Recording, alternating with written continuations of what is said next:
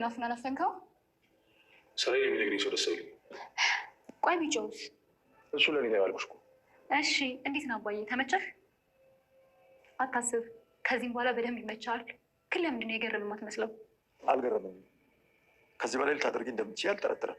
ሀሳብ ልንገርሻ። ትችላለህ። ከእኔ ስሙኒ ሳንቲም አታገኝ፣ ምንም ቢፈጠር አታገኝ። ላሳጣኸኝ በሙሉ በጥፍ አስከፍልሃለሁ። እሺ። ቲና አባባን አግታ ሀብትና ንብረቱን አስፈረመችው ሳይወዱ በግዱ። አጅሪት ቲና በሰው ሀብት ሙጭጭ ላይ የቀረችው ዛሬ በመጨረሻው ተሳክቶላታል። ከካሌብ ባለቤቷ ካገባችሁ ባሏ እንግዲህ ምንም አይነት ገንዘብ አላገኝ ስትል ካሌብም እንዲሁም በተደጋጋሚ የሀብትና ንብረት እኮ የኔ አይደለም የአባቴ ነው በማለት ሲያበግናትና ሲያበሽቃት ስለነበረ በአሁኑ ግን ዋና የቤቱን ባለቤት የሆነውን እንግዲህ አባወራውን በማገት የምትፈልገውን ገንዘብ እያንዳንዱ በራሷ ስም እንዲፈርምላት አስገድዳ አስፈርመዋለች። ያሳዝናል። የካሌብ አባት እንግዲህ ጠላቱ ማን እንደሆነች ስለሚያውቅ እኔ ምንም አይነት ገንዘብ የለኝም ላካፍልሽም አልችልም ብሏን ነበረ። ነገር ግን እሷ በማስገደድ እንግዲህ ሁኔታውን ትፈርማለህ አትፈርምም፣ ካልፈረምክ ደግሞ እንግዲህ ይህ የቀጠርኩት ሰው በሽጉጥ ጭንቅላትን ያፈርስልሃል። ስለዚህ ያለ አማራጭ እሺ ብሎ መፈረም ነው በማለት አባባ እንዲፈርም አስገድደዋለች። ምንም እንኳን አባባ ጭንቅላቱ ላይ መሳሪያ ተደቅኖ ሲያስፈራሩት አይ ከሀብቴና ከህይወቴማ ህይወቴን እመርጣለሁ በማለት እንግዲህ እሱም ህይወትን ቀድሞ ሊያድን ችሏል። ምናልባትም እኔ ከሞትኩ ይህንን ሀብትና ንብረት ላላገኙ እችላለሁ፣ ግን አሁን ላይ እንደምንም አድርጌ ከፈረምኩላት በኋላ ደግሞ የሆኑ አጋጣሚ ፈጥሬ ሀብቴን ለራሴ አድርጋለሁ መልሳለሁም በማለት ጉዳዩን እንግዲህ ፈርሟል። ሳይወድ በግዱ እንዲፈርም ተደርጓል። በሌላ በኩል እንግዲህ ዳኒ ከዚህ ስር እኔ የለውበትም ራሴን እንደዚህ ምንም እንኳን ለገንዘብ የምወስድ ወይም ደግሞ ለገንዘብ ስል ብዙ ነገሮችን ማድረግ ብፈልግም ግን ደግሞ አባባን እኔ ላግተው አልችልም በማለት ለትሁት ነግሯታል።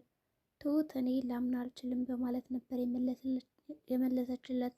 ዳኒም ትሁት እባክሽ እመኚኝ፣ በእርግጠኝነት እኔ ምንም ነገር አላደረግኩትም፣ ግን ደግሞ እኔ ምንም እንኳን ገንዘብ ብፈልግ አባባን ላግተው አልችልም እና እመኚኝና አንድ ላይ አብረን ለመስራት ጉዳዩን እንተባበር እያለ ትሁትን ወደ ራሱ ለማምጣት እያሰበ ነው።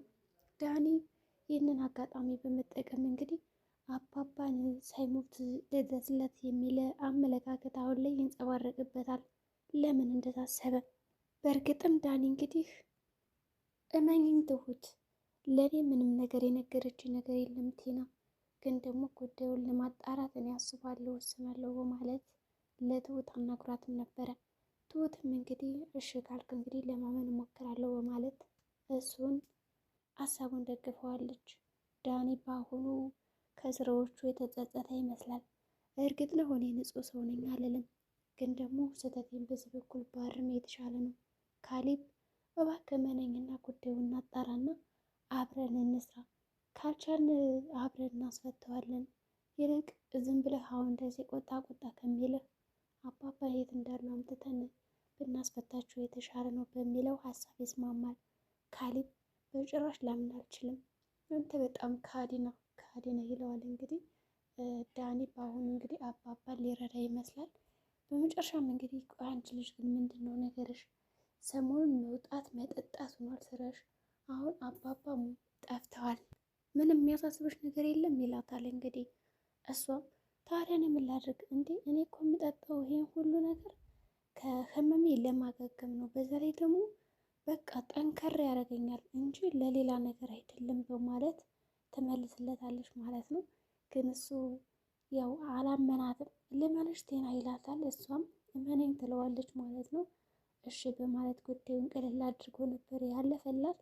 በሌላ በኩል እንግዲህ ወደ ቤት ከተመለሱ በኋላ ቴና እንግዲህ ቁጭ ብላለች። ፖሊስ ስትባል ራሱ ምንም አልደነገጠችም።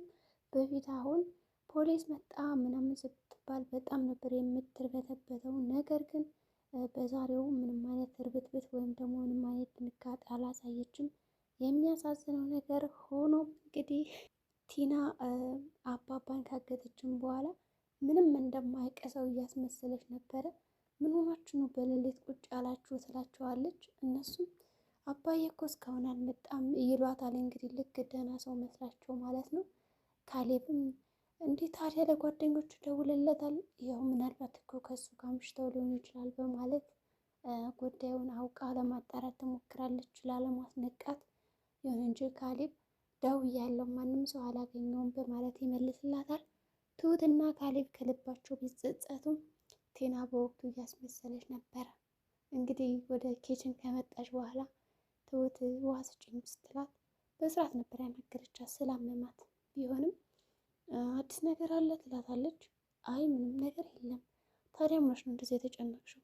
ያው ስለ አባባ እያስብኩ ነው ስትላት እንግዲህ ምንም አይሆንም አታስቢ፣ አትጨነቂ፣ ፈታ በይ እያለቻት ነበር። እንግዲህ እሺ በማለት እንግዲህ ትሁትም ዝም ትላታለች ማለት ነው። በሌላ በኩል እንግዲህ አጋቹ ካገተውን በኋላ አባባን ታዲያስ እንዴት ነው ፈታኝ እስኪ አይንን ሲለው በስርዓት ነበር የፈተው። ለምን እፈታለሁ ሲለው እንግዲህ ያው አለ አይደለ በቃ ጨለማ ሆነብኝ፣ ስለዚህ ለምን አልፈተውም የሚል ሀሳብ ነበር የሰጠው። እሺ በማለት አጋቹም እንግዲህ በጸባይ ፈቶታል። አጋቹ ጥሩ ሰው ይመስላል ወደፊት ያው ካልተቀየረ እና ታዲያ ለምንድን ነው እዚያ መጣይ ብሎም አልጠየቀው። አባባ ምንድን ነው ያለው? ቀጥታ ያቺ ጠላቴ እንደሆነች እንደዚህ እንድታረግ የፈቀደችልን እርግጠኛ ነኝ። ታዲያ ለምን እኔ እናንተ አንስማማም? እሷ የምትሰጠን ገንዘብ እኔ ልስጥህና ልቀቀኝ፣ ከዚህ ስራ ነፃ እንሆን ይለዋል። አጋቹ እኔ ካንተ ጋር አይደለም ስራዬ ደግሞ ታማኝነት ሊኖረው ይገባል፣ ካለቃዬ ጋር ነው እንጂ የምደራደረው ከአንተ ጋር ልሰራ አልችልም በማለት አሻፈረኝ ይለዋል። አባባም እንግዲህ ያው እኔ ልሰጥ ነው የምችለው፣ ሲጀምር እሷ ራሱ የምትሰጥ እኮ የኔን ገንዘብ ነው እንጂ የራሱ አይደለም ይለዋል። ሆኖም እንግዲህ እስኪ መጀመሪያ ጠላት ትምጣና ከዛ በኋላ ምን እንደምትፈልግ እናያለን በማለት እንግዲህ ይነግረዋል ማለት ነው። እንዳለውም እንግዲህ ቴና መጣች። በእርግጥ አባባ ማን እንደሆነ ስላወቀ ጠላቱ ሰተት ብላ ነበር የመጣችው። እሺ አሁን አለህ እንዴ? ይህን ሰው ህግም አድርገህ ግደልልኝ፣ አሁን ቀጥ ብለህ ያለን ሀብትና ንብረት በስሜ ታዞርልኛለህ ትለዋለች ማለት ነው። የሚገርመው ነገር እሱም እንግዲህ እኔ አላዞርልሽም ነው ያላት። እንግዲህ ህይወትህን አትፈልገውም ማለት ነው ትለዋለች። ህይወቴን እፈልገዋለሁ ግን ደግሞ ምንም ማዞርልሽ ነገር የለም ይላታል።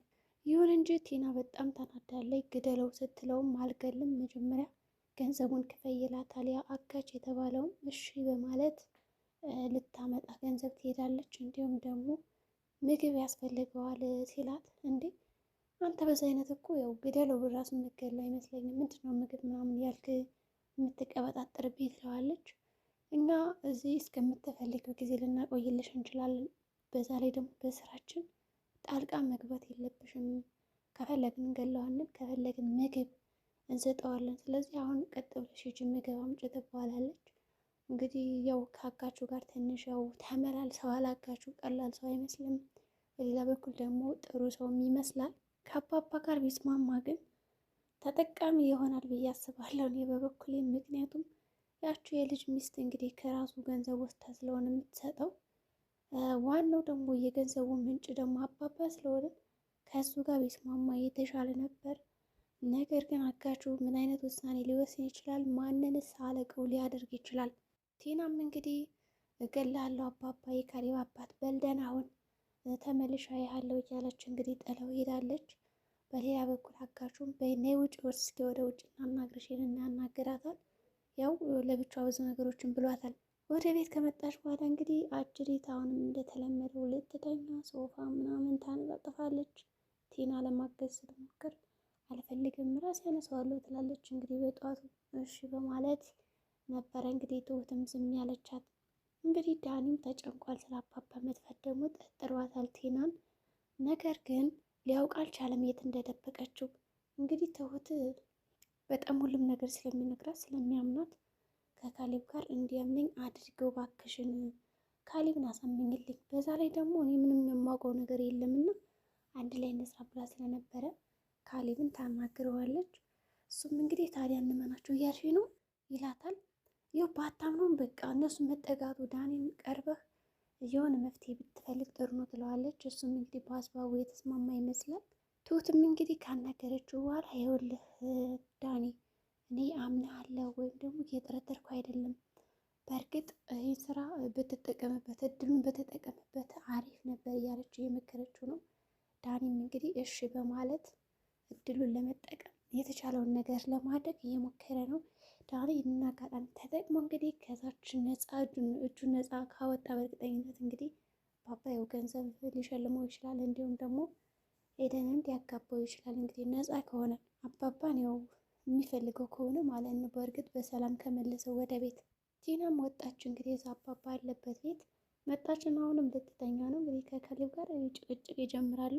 እዚህ አተኝም ውጭልኝ ይላታል። እሷም ችግር የለም እወጣላለሁ፣ ሲጀመር ያው ፍራሽ ልወስድ ነው ትለዋለች። ይሁን እንጂ ወጥቷል ማለት ነው። በሌላ በኩል እንግዲህ ከተጨቃጨቁም በኋላ ፊት ለፊት ዳኒ ጋር ግጥም ይላሉ። ምን ሆነሽ ነው አንቺ? ቆይ በቃ አትፋችም እዚህ ሰውዬ ጋር ሲላት አልፋታም ትለዋለች። ለምን ሲላት እንግዲህ በቃ እንደዚህ በቀላሉ አልወጣም ገንዘብ ይዤ ነው የምሄደው ትላለች። ለማንኛውም ያልነገርኩህ ነገር አለ አባቱ ከእኔ ጋር ነው ያለ። ስለዚህ ቆይ በደንብ ሳልበቀላቸው ማዘየት አልወጣም ነው ያለችው። እንግዲህ ዳኒም ቆይ ግን ቅድም እንደዛ ጠፋ ስትባል እኮ በጣም እያሰብክ ነበር፣ ተጨንቀሃል ምንድን ነው ምናምን ትለዋለች። እባክሽን እያስመሰልኩ ነው እና ንገሪኝ እስኪ ምንድን ነው ይላታል። ከዛ እንግዲህ እውነቱን ትነግረዋለች። እንግዲህ አባቱ ከእሱ ጋር እንዳለ እና እሷ እንዳገተችው ነገረችው። ለማንም እንዳትናገር ብለዋለች። እንግዲህ ዳኒ ምን አይነት ውሳኔ ሊወስን ይችላል? እውነት ቲናን ይከዳታል ወይስ ደግሞ ሁሉንም ከርቶ ለራሱ እድሉን ልጠቀምበት ይላል?